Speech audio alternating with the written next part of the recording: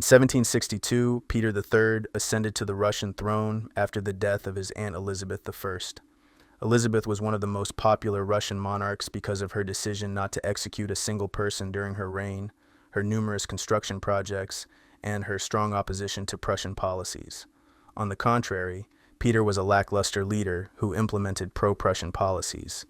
This was problematic because Prussia and Russia were rivals at the time, especially during the 7 Years' War. Many Russian nobles saw Peter's leadership as detrimental to the empire. In the same year, Peter's wife, Catherine II, also known as Catherine the Great, a Prussian-born noblewoman, worked with the Russian nobility and military to initiate a coup d'état against him. Peter would die soon after. Her long reign helped Russia thrive under a golden age during the Enlightenment. This renaissance led to the founding of many new cities, universities, and theaters, along with large-scale immigration from the rest of Europe and the recognition of Russia as one of the great powers of Europe. One of the most significant accomplishments of her reign was the backing and then appointment of Stanislaw II Augustus onto the Polish throne.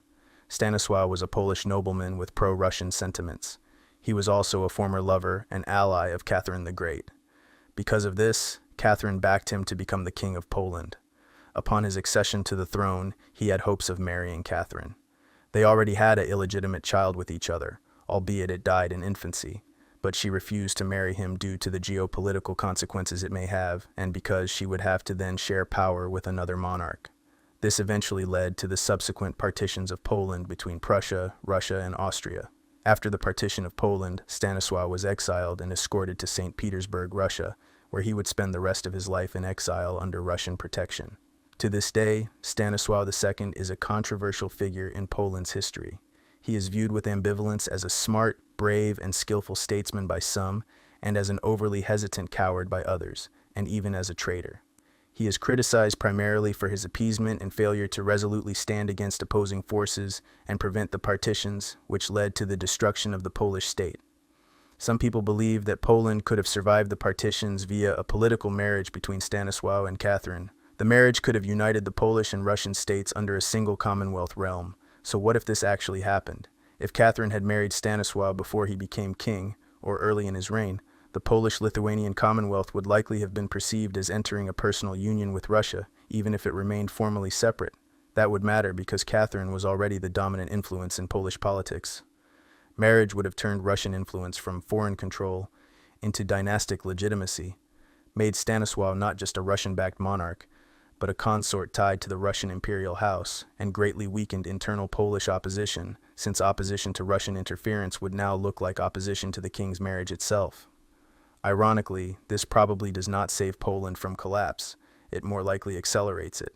The Polish-Lithuanian Commonwealth already suffered from the Liberum veto, paralysis of legislation, powerful magnate factions, and weak central taxation and military. With Catherine as both Russian empress and Polish queen consort, Russia would have even stronger justification to stabilize Poland through direct intervention, push reforms favorable to Russian interests, and gradually turn Poland into a protectorate in all but name. So instead of partitions happening in 1772, 1793, and 1795, you might see earlier political absorption without formal partition, or a single administrative incorporation process under Russian dominance. The real-world partitions happened because Prussia, Austria, and Russia all wanted a share of Poland. A Catherine-Stanislaw marriage would alarm both. Prussia would fear a strengthened Russia controlling Central Europe through Poland, and Austria would fear being strategically encircled. So instead of delaying conflict, the marriage could trigger earlier coalition balancing wars or push Prussia and Austria to demand compensation territories sooner. A royal marriage to Catherine would be extremely unpopular among Polish nobles. Poland was Catholic and Russia was Orthodox, not to mention Catherine's Germanic Lutheran background. Poles also used the Latin alphabet, while Russians used the Cyrillic one. Many Poles would fear Russification. It's also important to not forget about the non-Slavic Lithuanians within the Commonwealth. It would likely provoke earlier and larger uprisings like the Bar Confederation, which historically began in 1768, framing Stanislaw as a foreign puppet consort king, and even attempts to depose him more quickly. So internally, Poland could become more unstable, not less. The most realistic historical trajectory is one of these. 1. Poland survives in name longer, but is effectively governed from St. Petersburg much earlier. 2. Prussia and Austria force a quicker formal division to prevent Russia-Poland dynastic consolidation. 3. The backlash is so strong that Stanislaw is deposed and Russia intervenes militarily under the pretext of restoring order.